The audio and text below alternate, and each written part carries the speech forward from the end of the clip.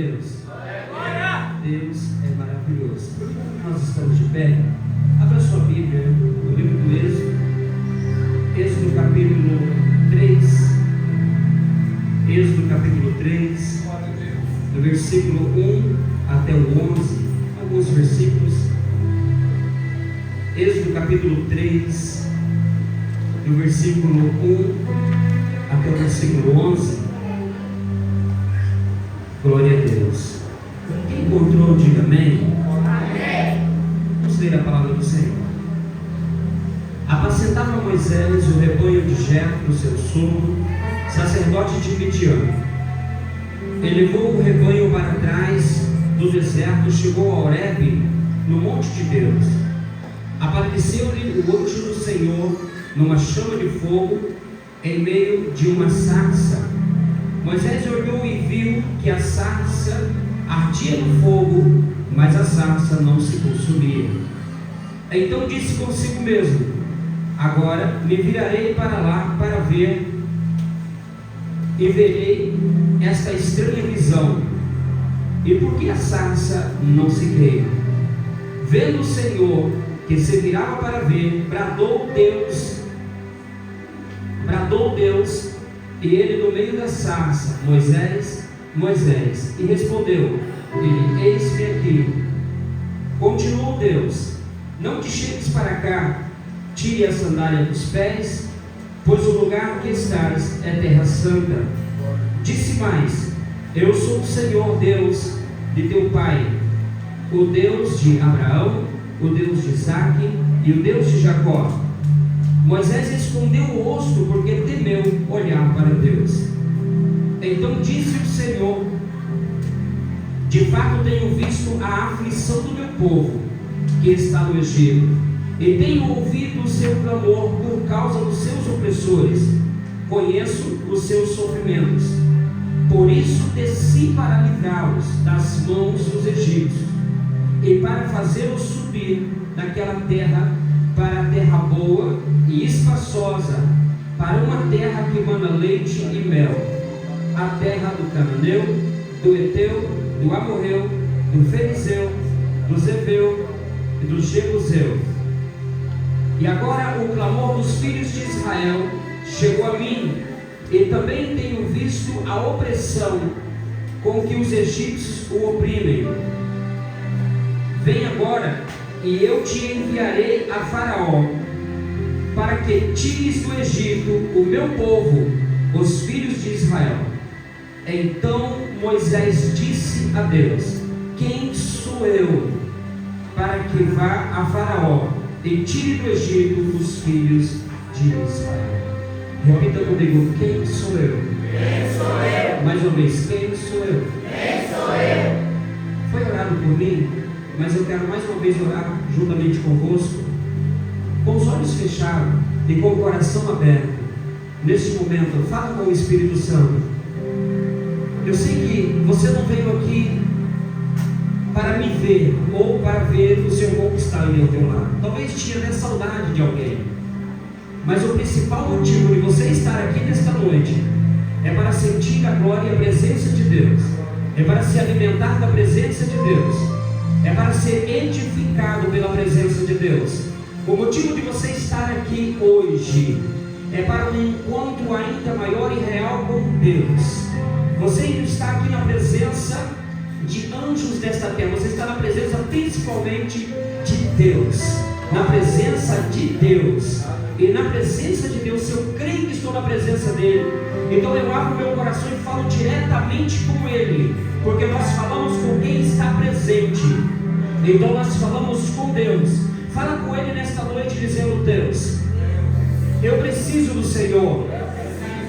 Eu preciso do Senhor. Nenhum homem nesta terra pode me dar o que eu preciso. Só Tu podes. Só o Senhor pode. Então vem, Senhor. Então vem, Senhor, e opera no meu viver, em nome de Jesus. Amém. Pode se sentar, glorificando a Deus. Louvado seja o nome do Senhor Jesus. Hoje é um culto de libertação. A palavra de Deus, ela é poderosa e eficaz para libertar, para quebrar cadeias, para mudar direções, para mudar a história. A palavra de Deus é o maior poder que está dentro deste lugar aqui agora. Você não pode esperar outro poder sobre a sua vida. Não pode esperar o poder do irmão que está do teu lado. Não pode esperar o poder do pregador. Porque somos todos irmãos e somos todos iguais. Glória a Deus. Somos todos pó, vindo da mesma terra. Necessitamos do mesmo Deus. Só há uma diferença: há quem busca mais e há quem busca menos. Seja você a buscar mais nesta noite. Glória a Deus. Busque ao Senhor. A palavra de Deus é o maior poder que está neste lugar. A palavra de Deus é digna de toda reverência, temor, honra, louvor. Pela palavra Ele criou os céus e a terra. Pela palavra foi criado todas as coisas. E todas as coisas subsistem e é sustentado pela palavra de Deus. O homem sem a palavra de Deus é um homem vazio, é um homem sem vida. O homem sem a palavra de Deus é um homem sem futuro, é um homem que não terá um futuro garantido. O homem sem a palavra de Deus é um homem sem virtude, um homem sem poder. O homem sem a palavra de Deus é um homem totalmente desprovido de todo sentimento bom.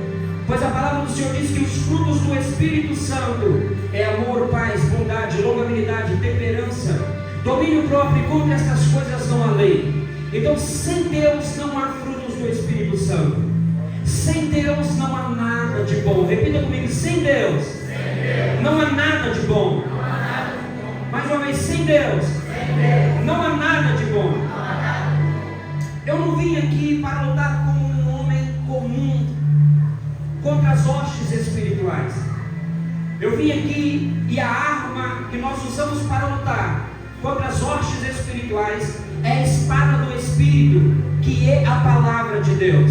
Vira o teu irmão e fala assim: a arma poderosa que te faz vencer nesta noite e em toda a sua vida é a espada do Espírito, é a palavra de Deus.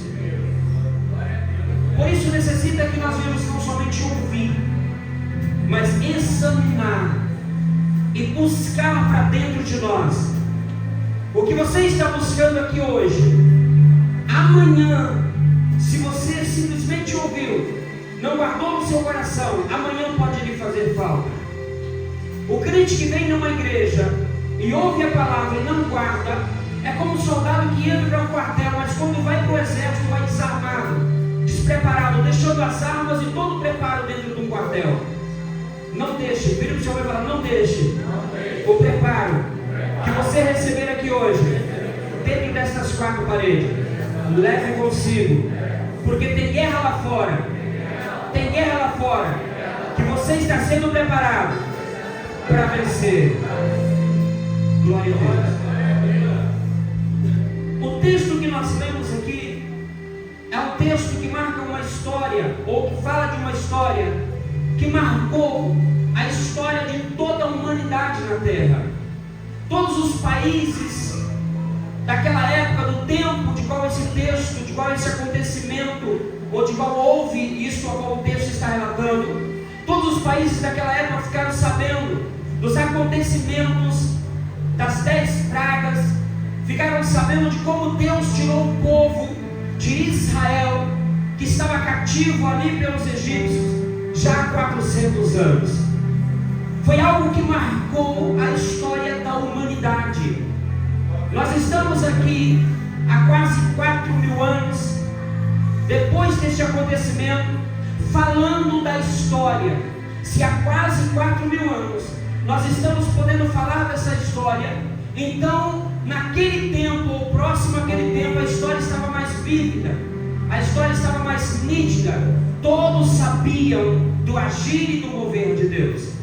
Só que antes de Deus chamar o homem, antes de Deus convocar um homem chamado Moisés. Eu quero voltar contigo lá em uma história onde Deus chamou um outro homem, de qual a este ele fez a promessa para acontecer de que com mão forte Deus viesse tirar o povo de Israel do Egito. Este homem é Abraão. Repita comigo: Abraão. Deus olha para um homem casado, já aos 75 anos. Ele não poderia ser pai, pois a sua mulher, sua esposa era estéril. Não tinha como agora continuar uma família e dar continuidade. A ótica do homem, aquela mulher não poderia ter filhos, que era Sara. Deus escolhe agora quem não tem possibilidade alguma, quem não tem condição nenhuma de ser pai de uma multidão ou mãe de uma multidão, para fazer uma grande promessa. Uma promessa que daquele casal nasceria uma grande multidão. Uma multidão tão numerosa que depois que Deus fez a promessa a Abraão, Deus um certo dia, uma visão, vem a Abraão e fala: Abraão, não me pode contar a areia do mar ou as estrelas do céu? Assim será o número da sua descendência. Será numerosa, será incontável. A promessa que Deus está fazendo àquele casal é uma promessa que na ótica dos homens à volta era impossível. Era impossível que isso acontecesse. Deus chama Abraão para sair do meio de sua parentela, para largar os pertences dos seus familiares, sair do meio da terra dos seus parentes e também de sua parentela, e ir para uma terra que ele mostraria. Já está largando para trás recursos. Repita comigo: largou recursos. Deus agora, ao chamar Abraão, está falando para Abraão: deixa todos os recursos naturais, eu vou te levar para uma terra de qual eu darei recursos do alto.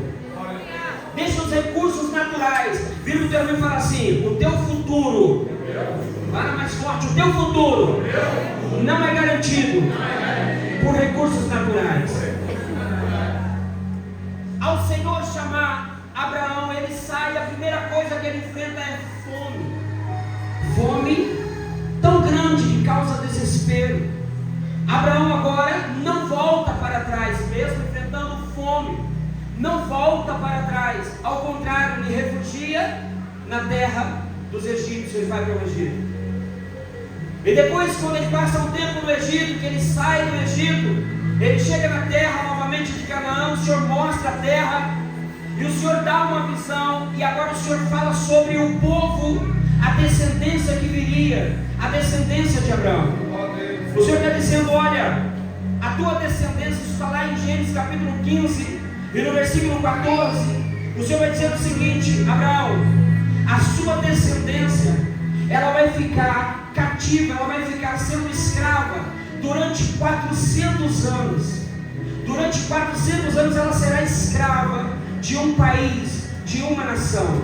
Só que eu virei e julgarei esta nação, tirarei a tua descendência de lá e trarei para esta terra. A tua descendência irá governar esta terra, irá tomar esta terra por herança. Deus fez a promessa a Abraão de que a descendência dele herdaria a terra de Canaã. Aonde havia gigantes, aonde havia valentes, aonde havia homens maus, violentos, esta é a terra de qual Deus prometeu ao povo de Israel, desde Abraão, que eles herdariam. Imagina só, Abraão agora, com um número pequeno ainda, olhando agora que vai vir um povo. Abraão não estava vendo o que iria acontecer, o Senhor estava falando com ele, o Senhor estava anunciando a ele. Tudo que Deus fala com os profetas é anunciado. Ou seja, Isaac nasce, fica sabendo do que Deus falou com Abraão. Jacó nasce, fica sabendo do que Deus falou com Abraão. José vem depois, fica sabendo do que Deus falou com Abraão. E agora a sua descendência vai crescendo e a história não morre. A descendência sabe da promessa de Deus. A palavra do Senhor diz que depois que José entra na terra, lá na frente, depois o filho de Jacó entra na terra, e quando entra com um número de 70 pessoas. apenas 70 pessoas. Qual é o número? 70 pessoas. O número de 70 pessoas entra na terra do Egito. E quando entra na terra do Egito, eles entram de uma maneira não vergonhosa. Um dos hebreus, que era José, era o governador do Egito. Eles entram de cabeça erguida. Eles não entram como envergonhados. Eles entram convidados. Eles são convidados para entrar naquela terra. Eles não foram forçados a fugir para aquela terra. Eles foram convidados. Eles poderiam ter fugido para outros lugares, mas eles foram convidados para um lugar de onde teria suprimento para eles, de onde teria alimento para eles. Imagina agora comigo, 70 pessoas caminhando para a terra do Egito, um falando com o outro, dizendo: ei, nós estamos indo para uma terra onde vai ter comida. Nós estamos indo para uma terra onde é nossa família, nosso parente, que é o governo de lá. Nós não vamos passar vergonha mais. Nós não vamos mais passar vergonha. Talvez eles até esqueceram daquilo que Deus falou para Abraão, que ele seria um escravo. Nós temos a mente muito curta. Às vezes nós esquecemos que no mundo teremos o quê? Às vezes nós esquecemos que no mundo teremos o quê? E quando vem a aflição, muitas das vezes nos pega de surpresa. Eles entram na terra. De repente agora o tempo passa, José morre. José pede a eles que o seu esqueleto, os seus ossos ficassem naquela terra, até que a promessa se cumprisse de que Deus tirasse eles de lá, para que os ossos fossem levados para ser sepultados juntamente com os seus pais. Eu creio que tudo isso até acontece não somente para que os ossos fossem levados, mas todas as vezes que eles olhavam e viam no lugar onde estavam os ossos, eles lembravam de uma promessa: Deus vai nos tirar daqui para uma terra prometida, para uma terra que manda leite e mel. Deus vai nos levar para uma terra de bonança. O tempo passa, Faraó daquele tempo também morreu, levantou outro faraó, e o outro não conhecia muito bem a história de José. Então agora o outro começou a observar o povo de Israel, e o povo de Israel estava já tornando numeroso na terra do Egito. E ao tornar numeroso, eles começaram agora a temer e disse: olha, este povo está ficando numeroso, vai que ele se une a outro país e queira agora tomar a nossa terra. Vamos fazê-los escravos, vamos fazer agora trabalhar para nós. Então começa agora um tempo de escravidão. E a partir deste momento, talvez poucos sabiam ou poucos entendiam que seria 400 anos. Começaria uma história de 400 anos de vergonha. 400 anos vendo os filhos dos egípcios tendo tudo e os seus filhos sendo treinados para ser escravo. 400 anos vendo as filhas dos egípcios vestindo as melhores roupas, andando como princesa, mas aí de repente as filhas dos hebreus, as filhas daqueles que tinham a promessa de Deus, as filhas deles sendo treinadas para ser a lavadeira, para trabalhar como na lavanderia, para trabalhar como tingindo roupas, para trabalhar na casa dos egípcios. Imagina agora 400 anos de vergonha, 400 anos de desespero. O tempo passou. E você sabe que quanto mais o tempo passa, duas coisas acontecem. Uma, o ser humano passa a se acostumar com o que está vivendo. O povo de Israel agora, com o tempo vai passando, eles se acostumam, sabe por quê? Eles começam a imaginar: deve ser isso mesmo que nós temos que viver. Eu creio que Deus chamou eu para viver desse jeito mesmo. Eu acredito que Deus chamou eu para ser envergonhado mesmo. Eu acredito que Deus chamou eu para ver, sabe o quê? O vizinho da direita tendo e eu não tenho. Eu acredito que Deus chamou eu, sabe para quê? Para ver os filhos da direita e os filhos da esquerda fazendo faculdade e os meus não. Eu acredito que as pessoas acostumam tanto na miséria, tanto com a vida que está levando, que pensa que é isso que Deus tem para eles. Se você for em Gênesis capítulo 15, versículo 14, você vai ver que Deus não disse eu levarei. Deus não disse eu farei com que eles sejam escravos. Deus não disse isso. Deus disse eles serão submetidos à escravidão.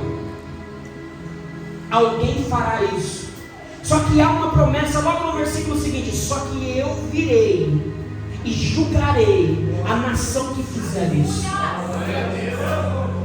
Não foi Deus que acostumou eles que eles estavam vivendo. Não foi Deus que fez eles serem escravos. Pastor, não foi não.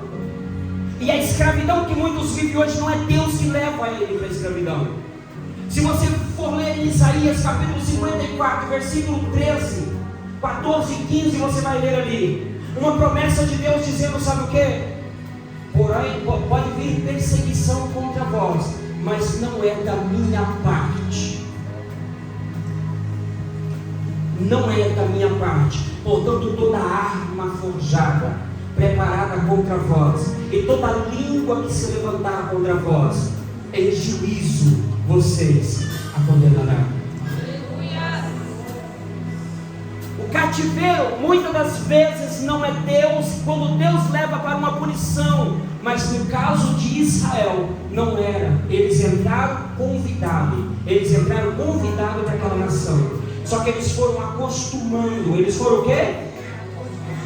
Cadê a igreja? Eles foram o quê? Eles foram o quê? Vai lá, muitas das vezes você está falando de você mesmo. Eles foram o quê? Talvez você esteja falando de você mesmo. Eles foram o quê? Como assim, pastor? Eu estou falando de mim mesmo. Muitas das vezes você está se acostumando em coisas que Deus não te deu para você viver. Tem coisas que Deus não nos coloca, nós entramos. Tem coisa que Deus não nos chamou para entrar, nós entramos com as nossas próprias pernas. É nós que nos colocamos em certas situações. E quando nós entramos, nós nos acostumamos na vida que nós entramos pensando que é isso que Deus quer para nós. Só que Deus não chamou alguém para a escravidão. Deus chamou para ser livre. Vira para o seu irmão e prega para ele e fala assim: Jesus libertar, verdadeiramente sois livres. Fala assim: não fomos chamados outra vez para a escravidão. Não foi chamado para a escravidão. O Espírito que nós recebemos é um Espírito de liberdade. Glória a Deus. Não liberdade para pecar, mas ser livre em Deus. Ser livre em Deus. O povo de Israel, o tempo vai passando, passa 100 anos, passa 200 anos, passa 300 anos, e agora o número do povo de Israel cresceu de tal maneira, de tal forma, que quando vai chegando os 400 anos, quando chega aos 400 anos, Faraó agora teme e fala: eles estão crescendo demais da conta, vamos começar a matar os filhos deles. Vamos começar agora, quando nascer os filhos, se for homem, manda matar, para eles não crescer muito, porque se eles ficarem fortes, eles vão tomar essa terra. Deixa eu te falar, quem mantém um homem escravo sabe que se o homem crescer e conhecer a força que tem, sabe que tem poder para tomar o lugar que está. Pastor, o que é isso? O diabo te coloca em uma escravidão de apenas trabalhar e ficar devendo para todo mundo. E você trabalha e fica devendo para todo mundo. Trabalha e fica devendo para todo mundo. Uma vida de enfermidade, de doença, e você olha para alguém e alguém passando saudável, se arrumando, e você pensa: isso não é para mim, eu não fui criado. Por acaso tem Deus de pobre, Deus de rico, ou Deus é de todos? Existe o Deus de pobre, o Deus de rico, ou Deus é de todos? Deus é Deus de todos? Glória a Deus. E aí você vai olhando e vai dizer: não, eu tenho que viver isso mesmo, é isso aqui que eu tenho que fazer. Só que se você conhecer a força que você tem, dentro de você vai começar a explodir algo. Você vai começar a lembrar de quando é que você entrou para essa situação. Antes de você entrar para essa situação, você foi convidado e você entrou nessa situação. Sabe o que leva para a situação? Um sonho. Sonhos pode dar um momento de glória e revelar um futuro tremendo. Só que sonhos têm um lugar da conclusão. José quando sonhou e levou o seu povo para o Egito, era para o tempo de fome e de escassez. Logo, sabia que tinha que levar para uma terra. Só que aí José morre e eles permanecem na terra onde foram levados. Sabe que tem coisas que é momentâneo. Você está trabalhando de empregado? Momentâneo. Está passando por uma situação difícil? Momentâneo. Está com dores no corpo? Momentâneo. Não se acostuma nisso. Glória a Deus. Glória a Deus. Momentâneo. Você precisa se habilitar a sair disso. Você é um ser humano igual a qualquer ser humano na face da terra. Glória a Deus. Glória a Deus. Precisa se habilitar a sair disso. Então agora, precisa lembrar do quê? Nós viemos para essa terra. É um sonho, nós entramos aqui como governo. Eu entrei aqui de cabeça erguida. Por que agora sou escravo? Quem é que me livrou naquele tempo? Não foi Deus? Se o povo de Israel agora volta naquele tempo e lembra, quem é que levantou José? Deus. Quem é que levantou José? Deus. Só quatro, sabe? Sim, quem é que levantou José? Deus. Quem é que levantou José? Deus. O povo de Israel, vocês começam a lembrar, quem levantou José foi Deus. E levantou para a gente ser o que? Cabeça e não cauda. Por que estamos sendo cauda? O mesmo Deus que levantou José não é o mesmo Deus que pode me socorrer agora.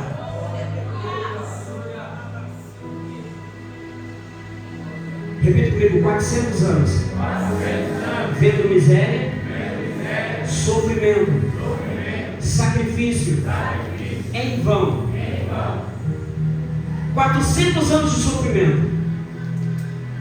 Nunca na história encontra eles unindo para clamar a Deus. O grande erro é em ficar 400 anos de sacrifício sofrendo, é não ter clamado pelo Deus que os colocou lá. Porque eles foram o quê? Convidados. Foi o quê? Convidado. Pelo egípcio. Mas quando entrou para a escravidão, foi Deus que colocou ele na escravidão? Não.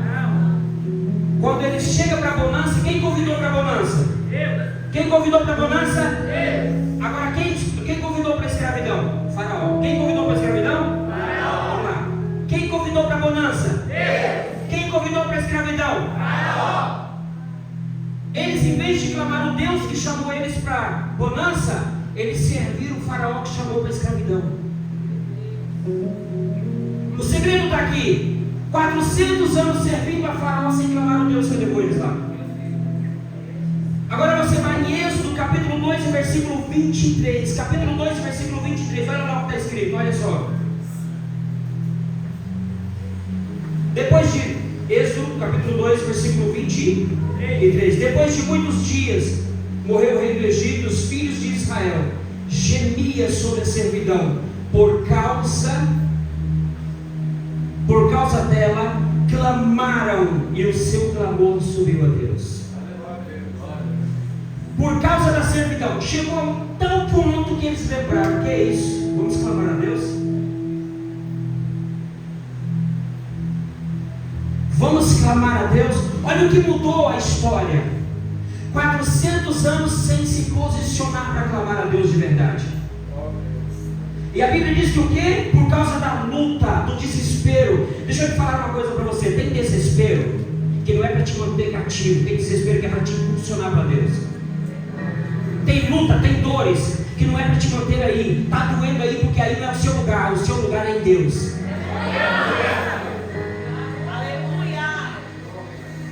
Ah, pastor, eu me sinto muito triste aqui porque está no lugar errado. Eu não estou falando de questão de igreja, eu estou falando de lugar errado. Sabe de quê? De posicionamento. Está posicionado da maneira errada, por isso está doendo.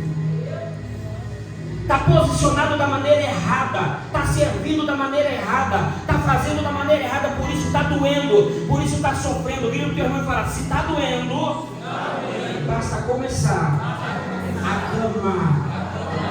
Vira para ele e fala assim: esta dor não é para te matar, é para te impulsionar para Deus. Nem toda tempestade é para naufragar o barco. Há tempestades que é para te levar para uma ilha segura. Há tempestades em alto mar, quando você já perdeu a bússola e não sabe a direção.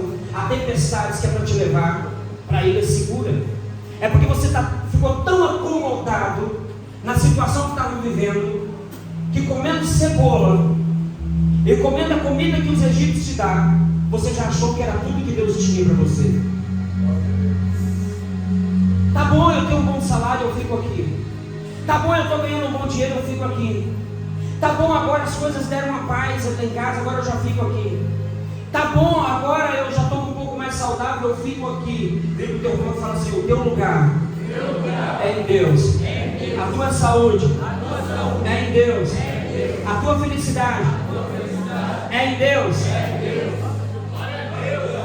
Posicionamento errado te traz dor. Quem já ficou sentado no sofá torto por muito tempo? Quando você levanta, como é que você fica? Não é assim? Se você ficar muito tempo em um lugar que não é seu, um lugar certo para estar, você vai começar a sentir dores, vai começar a sentir vazio. É hora de começar a clamar. Deixa eu te falar, não tem uma das maiores lutas desse tempo do que para orar. Eu não vou longe, eu não quero errar. Mas se nós pegarmos aqui todos aqui dentro, poucos dos que nós que estamos aqui dentro, ora meia hora por dia. E quando ora é assim: Deus, na tua presença neste momento, te agradeço. Eu peço ao Senhor para abençoar o meu trabalho hoje. O Senhor é bom, o Senhor é grande. Abre meu água. Aí bebe uma água, volta lá. Deus, tem de misericórdia. O Senhor é bom. Pega o telemóvel, o Senhor é bom. O Senhor é maravilhoso. Pronto, eu orei. Já posso ir trabalhar. A oração é você entrar em particular com Deus, sem telefone, sem tempo para mais nada, só para Deus, e colocar tudo diante dele. Quando você entregar tudo diante de Deus, então a sua vida muda. Clamar de verdade, buscar de verdade. Quando Deus sondar o teu coração e ver que Ele é prioridade na sua vida, a tua vida muda. Quando o povo de Israel clamou, que Deus sondou e falou: não, agora eles estão dispostos. Agora eu posso levantar um líder e chamar eles para sair daí, que eles estão dispostos para isso. Deus não levantou Moisés para facilitar a vida deles no Egito. Deus levantou Moisés para tirar eles do Egito. Deus não vai levantar líder para facilitar a tua vida no lugar que você está, mas é para tirar do comodismo que você está e te levar para um lugar diferente. Deus vai levantar pessoas não para te facilitar a sua situação, vivendo mesmo a situação diante de Deus, mas para tirar você desse comodismo e te levar para a oração, para viver uma dimensão diferente com Deus. Deus jamais vai levantar pessoas para te ajudar a melhorar o erro que você errou. Repita comigo: meu erro é coisa velha. E as coisas velhas têm que ficar para trás. As coisas velhas ficam para trás. E eis que Cristo faz o quê? Tudo novo. Glória a Deus. Ou você está disposto para viver o novo de Deus, ou então permanece no Egito. Ou você está disposto a viver o novo de Deus, ou então permanece no Egito. E deixa eu te falar, o tempo passa. Alguém está com 10 anos, 12 anos, 15 anos, 18 anos de idade. A sua idade vai passar. Daqui a pouco está com 50, daqui a pouco está com 60, 70, e talvez aos 80 você olha para trás e você só vai ter a resposta daquilo que verdadeiramente você fez em Deus. E se você não fez nada, é a resposta que você vai ter. Se você não foi nada em Deus, é a resposta que você vai ter. Vira para mim e fala assim: hoje é a oportunidade de ser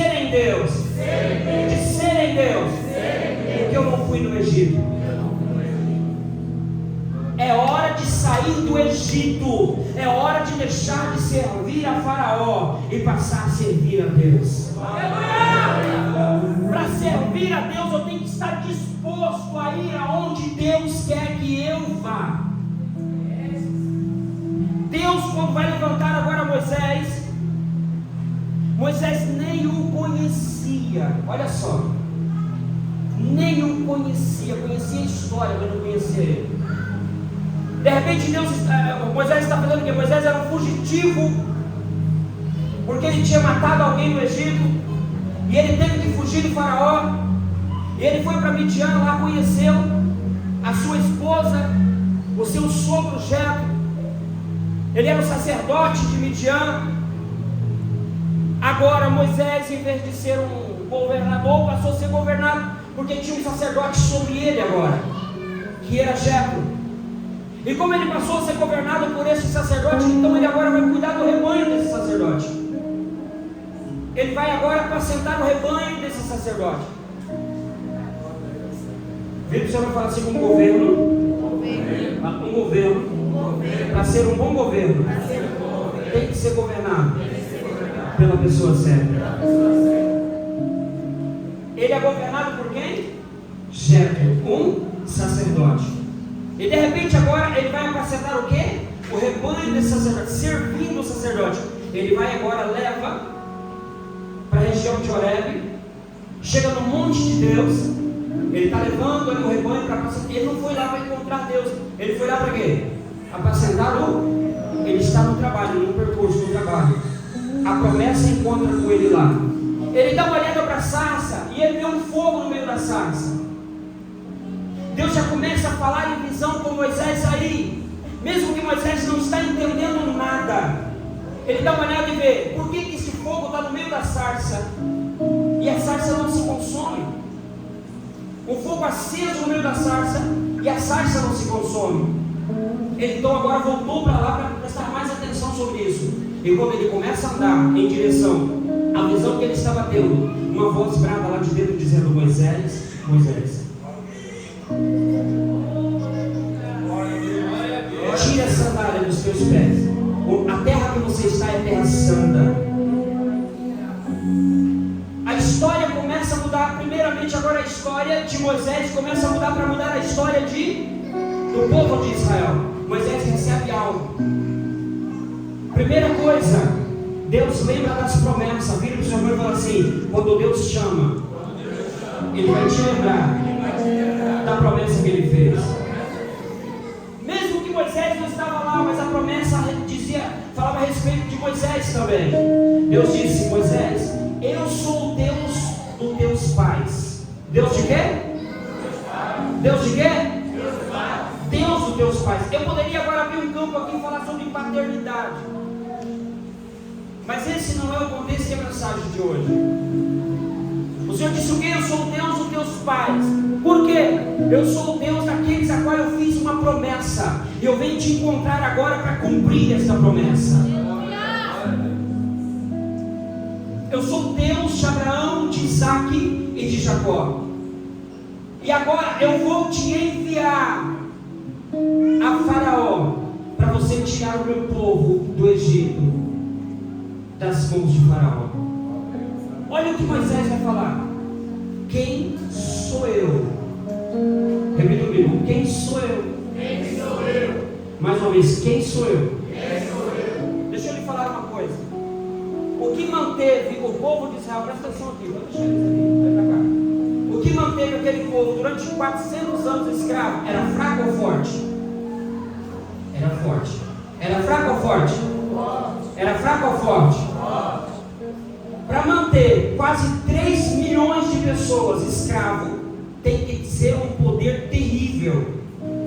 E agora Deus chama Moisés e vai dizer o quê? Eu estou levando você para tirar este povo dessa escravidão.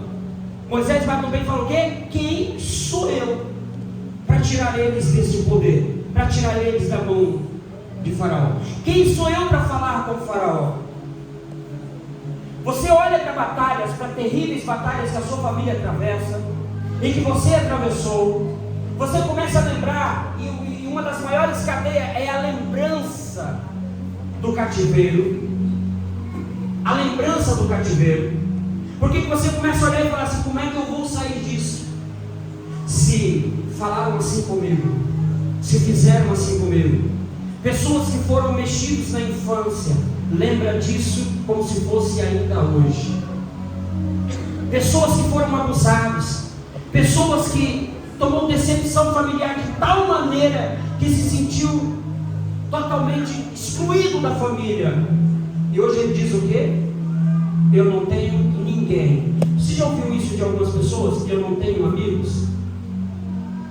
Você já ouviu isso de algumas pessoas? Eu não tenho ninguém. Você já ouviu isso de algumas pessoas? Eu não tenho amigos. Você já ouviu isso de algumas pessoas? Eu não tenho ninguém. Sabe quem dá essa mentoria nossa? O Egito. Jesus, ele desce na terra e ele vem num lugar de inimizade, separou pessoas. E em João 15 e no versículo 15 diante ele diz o quê? Vocês são meus amigos. Jesus disse: eu tenho alguém em um lugar que ninguém vê ninguém. Então quem faz alguém olhar e dizer: eu não tenho ninguém, é o Egito, é as marcas do Egito. Glória a Deus. Agora Moisés, que já é fugitivo do Egito, fugiu do Egito, ele fala o quê? Quem sou eu para ir lá? Ele se sente pequeno, sabe por quê? Porque ele viveu aquela história, ele passou por lá, ele viu o sofrimento do seu povo, ele sentiu na pele, e aquilo está vivo dentro dele. Ele vai dizer: quem sou eu para livrar este povo da mão dos egípcios? Quem sou eu? Pastor, o que eu entendo com isso? Você vai voltar à sua história, você vai observar a sua história, e como você viveu ela. Não foi o teu vizinho, aquele que está sentado do teu lado direito, do teu lado esquerdo, e nem o que está na retaguarda, e nem o que está na frente. Foi você que viveu ela. E por você ter vivido ela, você imagina: é muito difícil sair disso, é impossível mudar a minha história, porque você está ainda observando o Egito. Só que aí Deus fala assim: Moisés, eu serei contigo. A diferença de mudar a história não é você ir apenas ir lá e mudar, é quem vai com você para mudar a história. É quem vai entrar, é quem vai entrar contigo na história. É o mesmo que quando alguém está cego, sem ver por muito tempo, como Bartimeu, entrou na história de Bartimeu e fez ele enxergar. É o mesmo que de alguém que está ali há muitos anos em uma maca esperando um socorro e um auxílio. Ele chega lá e fala: toma a sua cama e anda. Quando ele vai junto, a história muda. Repita comigo: quando Deus vem junto, a história muda.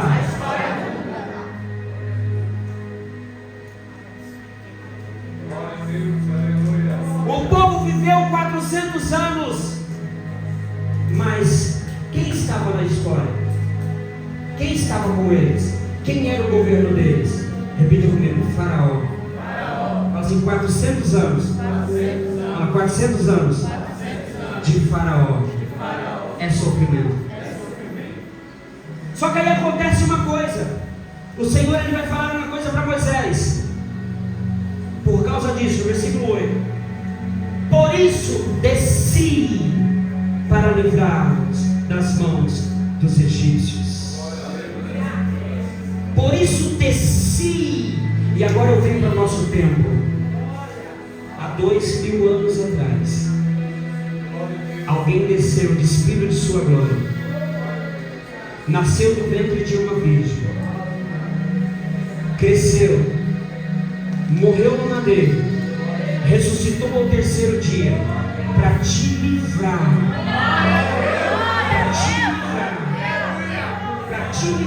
de toda a história que o Faraó criou, de toda a história de escravidão, E esta profecia diz respeito devido a Cristo Jesus. No tempo de Moisés, sabe por quê? Moisés ele vai falar o seguinte em Deuteronômio capítulo 18, versículo 15, vai dizer o seguinte: do meio de vós levantará um profeta semelhante a mim, a este ouvi. No tempo de Moisés, Deus disse: eu desci para livrar esse povo das mãos dos egípcios. No nosso tempo, o Senhor há 2000 anos atrás desceu esta terra para nos livrar de toda a escravidão. Há um ponto de partida aqui. O nosso líder, semelhante a Moisés, porém maior, é Jesus Cristo de Nazaré. Repita comigo: Jesus de Nazaré. Bem forte: Jesus de Nazaré. Jesus de Nazaré. Jesus de Nazaré. Jesus de Nazaré. Jesus. Bem forte: Jesus é o meu libertador. Jesus é o meu libertador. Para finalizar, quem desceu para livrar-os das mãos dos egípcios? E ele desceu por quê? Porque o povo clamou. Quero finalizar nesses dois passos. Primeiro, está doendo? Clame. Pastor, mas eu não entendo. Os egípcios também não conheciam nada, não entendiam nada. Nem Moisés conhecia Deus. Está doendo? Clame. Com entendimento ou sem entendimento. Quando ele vem, a coisa muda. Ele não desceu porque os egípcios entendiam. Ele não desceu porque os egípcios sabiam tudo. Ele não desceu porque os egípcios falaram: não, eu conheço a Deus, nós conhecemos a Deus. É tanto que ele teve que falar para Moisés: diga para eles que é o eu sou quem eu sou que está enviando você. Fala para eles que eu sou o Deus de Abraão, de Isaac e de Jacó, e esse é o meu nome eternamente. Explica para eles quem é que está te enviando. Fala para eles, instrui eles quem é que está te enviando. O Senhor deu sinais para eles para mostrar quem é que estava com eles. Por quê, pastor? Porque não foi o entendimento do homem que promoveu a libertação. Foi o entendimento de Deus. Foi o entendimento de quem? De Deus. De quem? De Deus. É o entendimento. Alguém por sua própria cabeça pensa assim: rapaz, quer saber de uma coisa? Eu sou inteligente. Eu vou promover um futuro muito bacana para mim mesmo. Eu vou fazer isso, eu vou fazer aquilo, eu vou fazer aquilo outro acontecer. Eu sou bastante inteligente. Vem para o senhor e fala assim: a inteligência do homem. A inteligência do homem não move o poder de Deus. Mas o clamor traz um Deus que move cadeias. Deixa eu explicar para você aqui. No Pentecoste, o povo orou por 10 dias. No dia que Paulo e Silas estavam presos, eles estavam louvando e fazendo o quê? Orando. Louvando e fazendo o quê? Orando. Louvando e fazendo o quê? Orando. Se vocês querem realmente viver o poder de Deus e ser libertos e serem transformados, há uma necessidade de clamarem juntos. Atos capítulo 2, versículo 42. E eles permaneciam na oração, no partir do pão e nas orações. Permaneciam unânimes, juntos na oração. Eu volto a repetir o que eu falei: não tem nada mais difícil para a sua carne do que buscar a Deus. Você acha tempo para tudo, mas não acha tempo para Deus. Sabe por quê? Porque o diabo muitas das vezes vai caçar jeito de nos interter com alguma coisa para não buscar a Deus. Vai nos dar algum tipo de comida egípcias para nós não clamarmos a Deus. Vai nos dar algum tipo de coisas momentâneas para não clamar a Deus. O Senhor vai falar: o tempo está passando. O que você vai esperar? Pode esperar 400 anos? Alguém vive isso? Não. Alguém vive isso? Não. Pode esperar 40 anos. Pode esperar 30. como pode ser agora o seu dia. Como pode ser agora. E dentro de uma família, não, mas você em casa é assim, e você não pode ser diferente? E você não pode mudar essa história? Dá uma olhada à sua volta. Olha para aqueles que não invocam o nome do Senhor e vê a vida que eles têm. É isso que você quer? Dá uma olhada para as pessoas que ficaram velhos sem clamar a Deus, cresceram e ficaram velhos sem buscar a Deus, colocar a Deus em primeiro lugar. É esta vida que você quer para você? É esse tipo de vida que você quer para você? Se não é esse tipo de vida, quem tem que levantar agora verdadeiramente para clamar é você. Quem tem que Quem tem que levantar para clamar agora é você. Quem tem que mudar essa história, buscar mudar essa história é você, dizendo: o meu Senhor vive, o meu Redentor vive. Lembrando desta passagem, lembramos da história de Jó. Quem lembra da história de Jó? No capítulo 42 ele vai falar assim: eu te conhecia por ouvir falar do Senhor. Assim como os egípcios, assim como os hebreus quando estavam no Egito, conheciam de ouvir apenas, mas agora os meus olhos te veem e os meus ouvidos te ouvem. Por isso me abobino até o pó.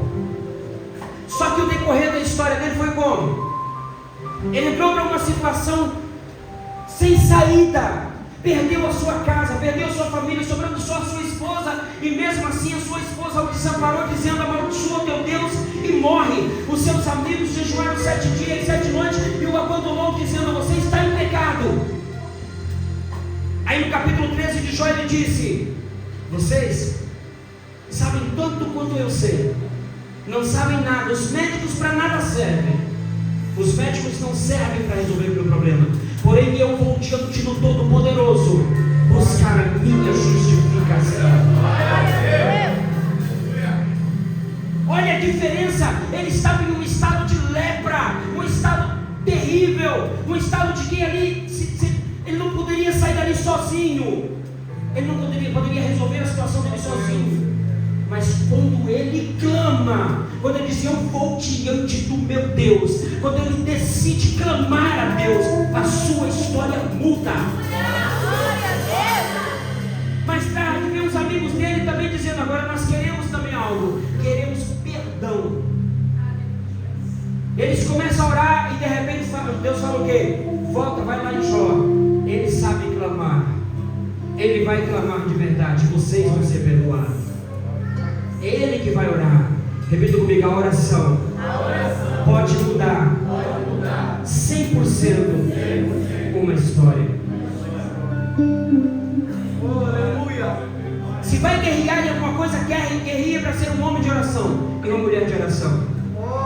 Não precisa fazer isso para ninguém, apenas saber. Mesmo que esteja orando, nós temos 3 níveis de oração: oração interna, oração que você confessa, só você sozinho com Deus, e oração coletiva, que você ora em comunhão com seus irmãos. Esses 3 níveis de oração andam juntos. Se quebrar um deles, não conseguimos. Se orar junto com todos, mas não orar em particular, vai ser crente fraco, crente que só fica de pé se tiver igreja. Se confessar, porém não orar com os irmãos, vai ser membro amputado. Não consegue orar junto com os irmãos, não consegue ter comunhão com a igreja. Será um membro amputado do corpo. E membro amputado, uma hora ou outra morre. Precisa ter comunhão, precisa confessar, porque aquele que confessa e deixa alcança a misericórdia. E precisa orar continuamente, como está em Efésios 6,18, orar continuamente no Espírito.